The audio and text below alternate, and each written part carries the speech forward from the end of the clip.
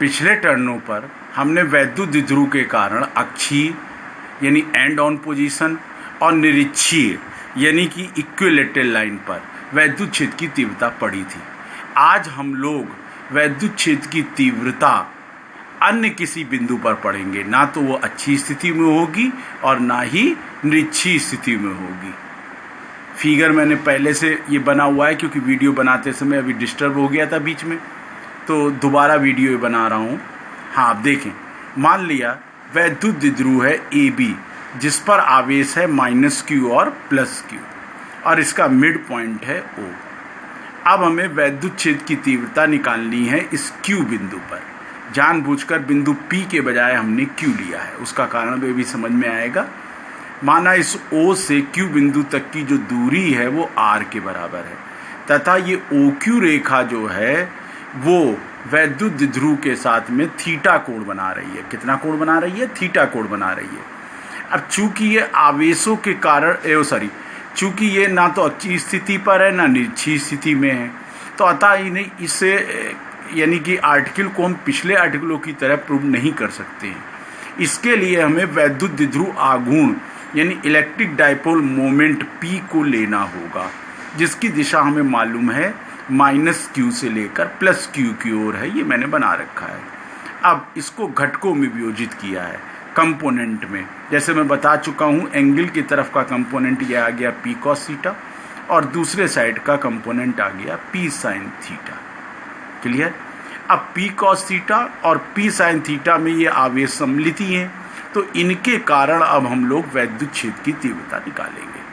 अब चूंकि P cos theta line OQ पर स्थित है, Q बिंदु पर निकालना है हमें, माना इसके कारण वैद्युत क्षेत्र की तीव्रता E1 है, तो E1 बराबर क्या होगा? 1/4 पाई एप्सिलॉन नॉट के इंटू ये P cos थीटा किस पे है? वैद्युत द्विध्रुव की अक्षीय वाली स्थिति है, OQ लाइन पर है, तो हम लोग क्या सूत्र लगाएंगे? 2P की जगह पर क्या होगा? P cos थीटा अपॉन क्या आएगा आपका? R⁴। Equation number first. सबके समझ में आ रहा होगा मेरे ख्याल से। अब आते हैं P sin थीटा के कारण निकालते हैं। अब P sin थीटा के कारण वैद्युत क्षेत्र की तीव्रता मैंने पिछले टर्न पर पढ़ाई थी, लंब दिशा वाली निश्चित स्थिति में, तो बताया था दिशा क्या होती है? +Q से -Q की ओर। तो P sin थीटा के कारण Q पर जो वैद्युत क्षेत्र की तीव्रता की दिशा होगी वो OQ के लंबवत माना E2 है और किस डायरेक्शन में होगी? +Q से -Q की ओर, यानी मैंने इस तरफ को बना दी। समझ में आ रहा होगा सबके? तो अब ये वैद्युत क्षेत्र की तीव्रता E2 कितनी होगी? E2 बराबर क्या आ गया? 1/4 पाई एप्सिलॉन नॉट के into P sin theta, P sin theta upon, अब ये वाली स्थिति कौन सी होगी? निरक्षीय वाली, यानी कि जो आपको पिछले पे इक्विलेटरल लाइन वाला पढ़ाया था, तो उसमें क्या सूत्र था? 1/4 पाई एप्सिलॉन नॉट के इंटू आवेश होता था, इंटू P/R³ होता था।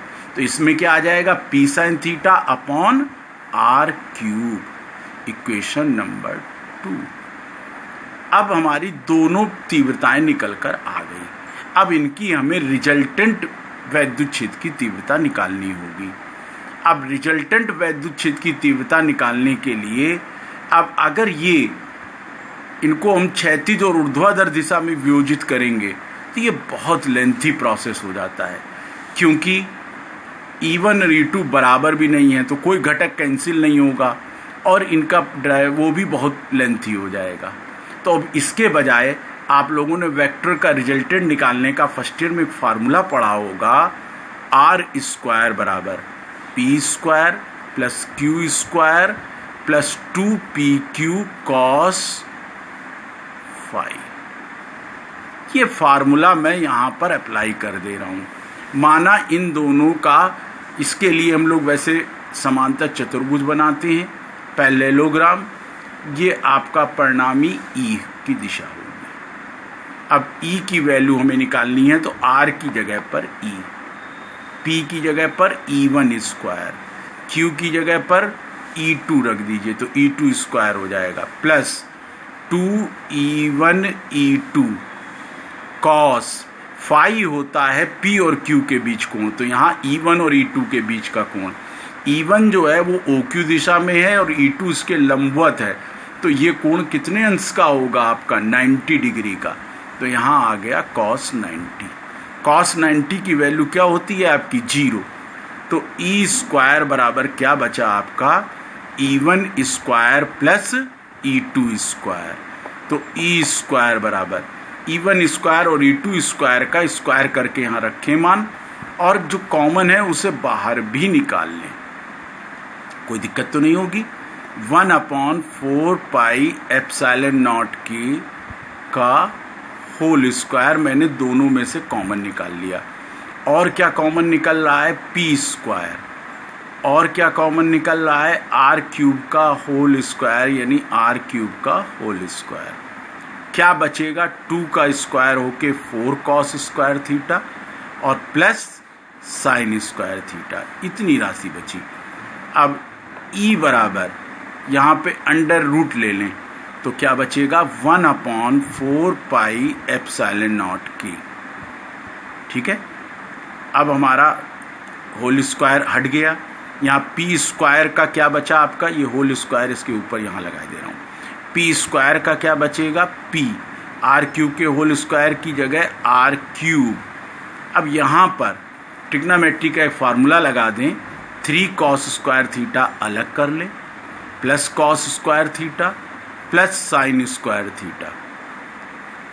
तो E बराबर आ गया 1/4 पाई एप्सिलॉन नॉट के इंटू P/R क्यूब, और ऊपर इंटू में इसकी वैल्यू क्या पढ़ी हुई है आप लोगों ने, 1, तो क्या बचा, 1 + 3 cos स्क्वायर थीटा। इसमें थोड़ी सी मिस्टेक हो गई, ये जब हमने यहाँ पर अंडर रूट लिया तो इसका अंडर रूट ले लिया, P स्क्वायर का ले लिया, R क्यूब के होल स्क्वायर का ले लिया, लेकिन इसका अंडर रूट नहीं लगा, इसके अंडर रूट के लिए इसके ऊपर अंडर रूट लगा दिया। क्लियर? तो आपका ये फार्मूला निकल कर आ गया, E बराबर 1/4 पाई एप्सिलॉन नॉट के P/R cube under root 1 + 3 cos square theta. जहाँ पर आपने R देखा ही हुआ है, O बिंदु से यानी वैद्युत द्विध्रुव के मिडिल पॉइंट से जिस बिंदु पर हमें छेद की तीव्रता निकालनी है वहाँ तक की दूरी है। थीटा क्या है, उस OQ जो AB वैद्युत द्विध्रुव के साथ में कोण बनाएगी, बाकी सब आपको मालूम ही है। ठीक है, एक केवल फार्मूला शेष है जो कि अब हम अगले वीडियो में करेंगे।